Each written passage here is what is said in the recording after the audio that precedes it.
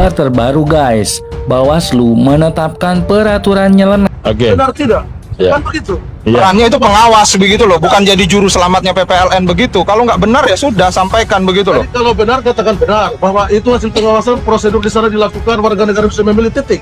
Oke, Mas. Cukup ya. Itu bukan penyelenggara pemilu secara teknis. Oke, cukup. Dan saya menemukan data dan fakta, dan ini sudah ada di Timnas 01, bahwa pembagian bansos juga ada kaosnya juga, ada stikernya juga, dan yang membagikan adalah aparat. Saya sebetulnya agak kaget yang disampaikan oleh Bang Deddy. Loh, kita nggak pernah ngobrol sebelumnya, tapi apa yang disampaikan oleh Bang Deddy kok ada kesamaan dengan di dapil saya di Jabar 7. Pengarahan aparat, kemudian mobilisasi, dan penggunaan dana bansos untuk kepentingan salah satu calon. Jadi saya katakan ini wajar kalau surveinya bisa seperti ini. Bukan karena tiba-tiba orang memilih, oh ini karena mungkin program bansosnya menggelontor, kemudian kami menentang bansos, kemudian yang menerima bansos simpati dengan 02. Enggak, karena memang ada by design yang kita lihat, yang kita duga yang itu dilakukan. Menyoroti banyaknya dugaan kecurangan pada pemilu serentak 2024, politisi Akbar Faisal mendesak Ketua Bawaslu Rahmat Baja dan seluruh komisioner Bawaslu untuk membubarkan diri. Akbar Faisal menilai Bawaslu sebaiknya dibubarkan karena terlalu banyak kecurangan yang tidak bisa ditangani. Rahmat Bagia dan seluruh timnya di Bawaslu itu menurut saya Anda sudah selesai. Lebih baik Anda meminta lembaganya dibubarkan. Pada pemilu terakhir pada pemilu terakhir yang kemarin-kemarin ini, itu yang namanya bagi-bagi itu sudah sangat terbuka, menggunakan mobil dengan branding, membagi-bagi ke rumah-rumah di siang hari. Pada malam sebelum pemilihan itu orang seperti berkejar-kejaran membagikan amplop ke rumah-rumah. Sudah selesai negara ini, bubarkan saja semua ini. Kita mulai dari awal, riset politik kita. Cukup. Jadi begini Pak Ketua, Ya. pada kemarin forum ini keadaannya seperti itu. Padahal tugas kita ini jelas, kami ini peserta pemilu. Bapak-bapak penyelenggara teknis, teman-teman Bawaslu pengawasan. Bahasanya Bawaslu sederhana, pelanggaran, bukan titik. Selesai. Karena yang dipercaya oleh forum ini adalah pengawasan Bawaslu. Kita ini peserta, paling tua Bawaslu dia bilang, sudahlah ini penyelenggara. Begitu saja. Baik, Mas. Saya kira cukup ya. Oleh karena itu sekali lagi teman-teman PPLN dan teman-teman Panwas silahkan menjawab yang ditanya, gitu loh. Itu pertanyaannya itu orang apa bukan? Begitu ditunjukkan foto kan kelihatan, oh orang. Udah, soal datanya berapa kan tugasnya PPLN. Beginilah Pak. Di Bawaslu ini kami kan mendapatkan info bahwa ada berita begini, terus kami buat laporan ke sini, kami lampirkan bukti itu berupa berita online dan video. Setelah itu kami di sini, kami diterima dan laporan kami minta ini segera ditindaklanjuti karena Jumat kemarin kami dari lembaga advokasi pun membuat laporan juga mengenai suara TKW yang di Malaysia, ternyata mereka sudah tidak di sana, hampir 7.000 kalau nggak salah.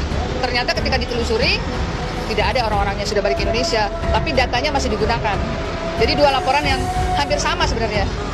Tapi kan dari pihak 02 sendiri katanya akan membentuk tim Ya, fakta ya. tadi dapat info dari Pak Bang Habib bahwa mungkin besok ya akan dikirim orang ke sana, ke Malaysia. Ini kami juga berharap ini segera juga.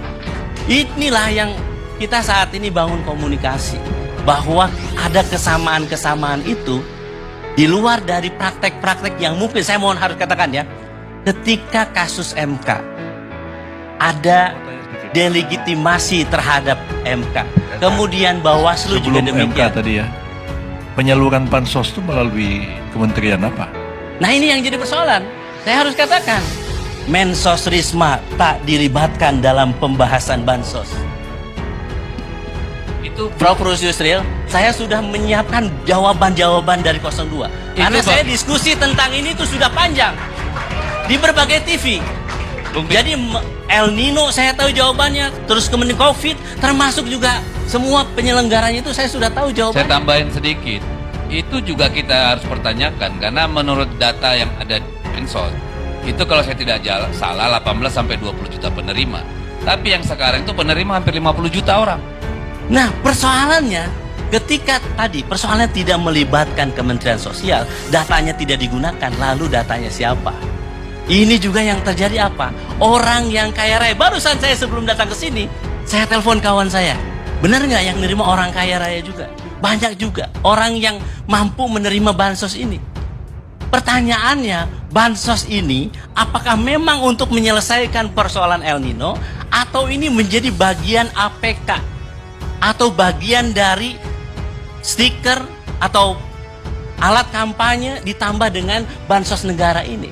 Ini saya ingin katakan, apa yang saya sampaikan di berbagai forum tentu tidak punya makna apa-apa.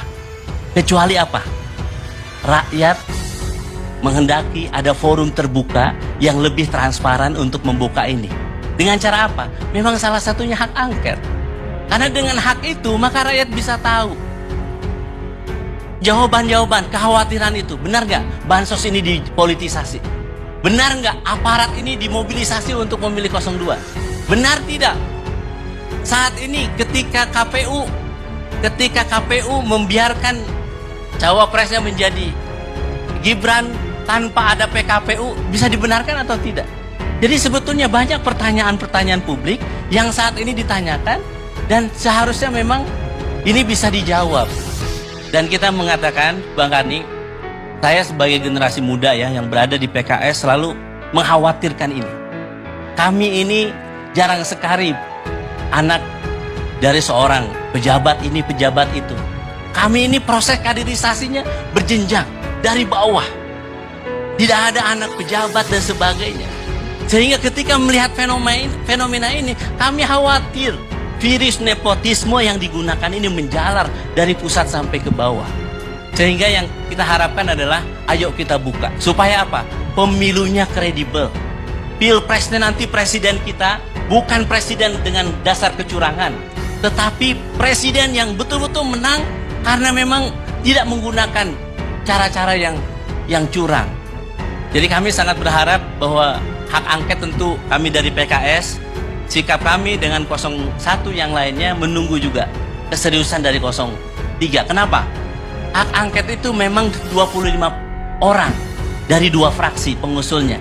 Tetapi kalau mau serius, maka kita butuh seluruh anggota dewan minimal 50% plus 1 untuk menyetujui di paripurna hak angket ini diputuskan, disetujui. Setelah itu baru dibuatkan pansus. Pansus bekerja, setelah itu nanti paripurna. Bagaimana hasilnya? Tentu saya kira, apakah ini nanti ke depan siapa nanti yang akan dipanggil? Saya kira banyak. Kalau misalnya tentang politisasi hukum, siapa yang mungkin dipanggil? Kita tanya misalnya DKPP, KPU, kenapa meloloskan seorang Gibran ketika PKPU-nya belum siap? Misalnya politisasi bansos, kita tanyakan, kenapa Bu Risma? Saya tanya, saya cari data Bu Risma komentar tentang bansos itu sangat hebat. Ini luar biasa. Bu Risma tidak mau komentar tentang bansos. Padahal dana bansos itu terbesar saat ini. Oke. Jadi dan misalnya aparat hukum, politisasi aparat, siapa yang akan dipanggil misalnya nanti? Saya kira Kapolri, kemudian nanti siapa lagi? Kementerian Desa dan sebagainya.